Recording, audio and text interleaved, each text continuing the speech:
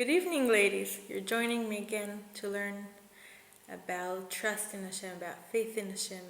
And I think that it's so amazing that you take the time to learn, to watch this video. And I know that you can think to yourself, okay, I'm just watching a video, it's not such a big deal. But you take the time, and sometimes it's a long time because I send you long videos, and you listen, and you open your mind, and you open your heart, and it's beautiful.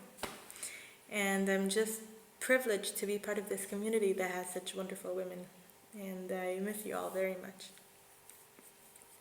Today we're going to learn a little, and Rabbeinu B'Chaye, in his book, he writes that the essence of having trust in Hashem is just being able to trust Him completely and just rely on Him completely, full-heartedly. I hope that's the right phrase. That you know that Hashem will do what's good for you because He loves you. I also spoke about it yesterday. I actually really liked the shiur I gave yesterday. I think it's super important. So if you weren't there, I have the recording and I can send it to you. But he says that basically it divides into two. First of all, you need to understand that you need to believe that really everything is from Hashem. So when you understand that everything is from Hashem, everything that happens to you is from Hashem, then it's out of your hands. Even if it's bad, then it's out of your hands. And you can push and you can try and you can struggle and chase this world and try to arrange things and fix things. Or you can just understand that you can put all the effort in the world and it just won't happen if Hashem doesn't want it to happen. And on the other hand, you can do nothing and things will happen because this is what Hashem wants to happen. So really, it's not up to you. So that's first of all. And the second level is not only understand, because this could bring you into desperation because you think, I have the worst circumstances in the world and there's nothing I can do about it, because if Hashem wants these circumstances to last, then this is what's going to happen. It doesn't matter what I will do. But that's what brings us to the next level of understanding that Hashem loves us, which means all these things, even things that seem bad to us, they're out of love. And Hashem is really doing everything for you that really is the best for you, even if you don't understand.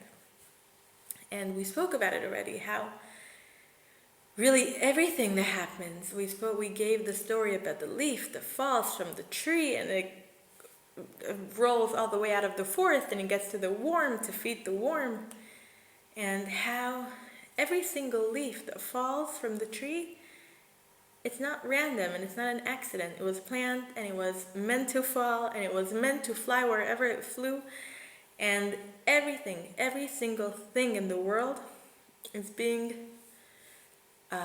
under the Hashem's supervision. Hashem, it's called hashgacha pratit. I don't know how to call it. It's like private supervision. It's a terrible translation. It basically means that Hashem looks at us and He watches us and He rules this world. It's not just He created the world and then He disappeared and He's looking from a distance and hoping the world will manage. This world is being controlled and ruled by Hashem. And everything is in His hands. When are people going to be nice to you and accept you and welcome you? And when are people going to humiliate you? That's also in Hashem's hands. And every single thing, there is a pasuk that says, Bechol haaretz mishpatav, which means Hashem's sentences, but a sentence as in a ruling. Like Hashem is a judge and He has a court, and Hashem's rulings are all over the land. They're covering this earth because everything that happens, this single leaf that fell from the tree, that required a judgment from Hashem and the court, and like a decision. It happens and then the leaf falls, and we don't understand that because we can't grasp. You know how many leaves fall every day? But yes, Hashem controls every single detail, and that's why it's good that He's not limited and He's capable of doing all of that. And we also need to understand that all these circumstances, everything that happened to us, they are all in the purpose of bringing us to our purpose, to our destiny, to our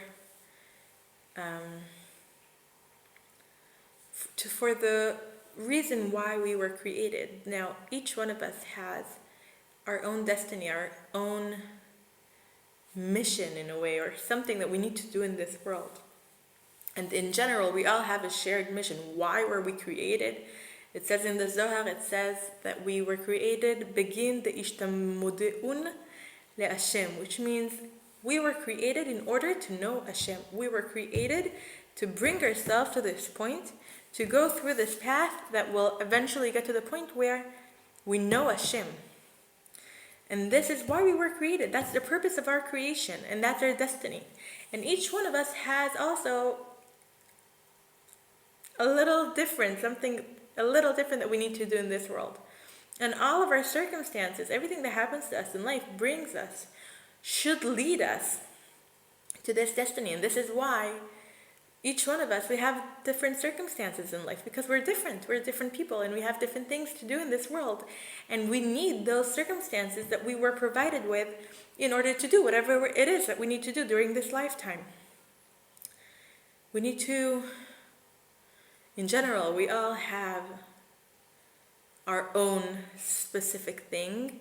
It could be maybe someone's destiny is, for example, to enlighten the world with the light of Torah, and someone else's destiny is to save other people and to do good and to be, he's a person of generous actions or different things. But in general, we all need to bring ourselves to the point of knowing Hashem and making ourselves as good as we can, correcting our qualities and bringing ourselves to be better people.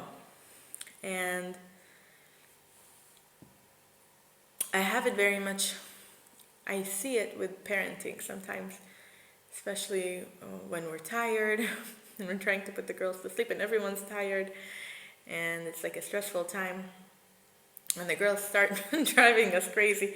And then sometimes I have this thought in my head that this situation right now, when I'm in the shower and the girls are splashing all over and they're not listening at all and I'm covered with water and soap, this situation was meant to be done and was created especially for me by Hashem. And why was I given this situation? Because this is an opportunity for me to make myself better. Because now I have the option. I have the option of losing my temper and my patience and being very strict, or I can go with the flow and calm down and understand this is what Hashem wants for me at this moment and enjoy it instead of losing my patience. And if I wouldn't have had this situation, I wouldn't have had this step to climb up on. If I'm not given these situations that are giving me the opportunity here, I'm giving you the chance. Make yourself bigger, make yourself stronger, make yourself good, better, the way you want to be. And I think that we're all given situation this way, or our circumstances.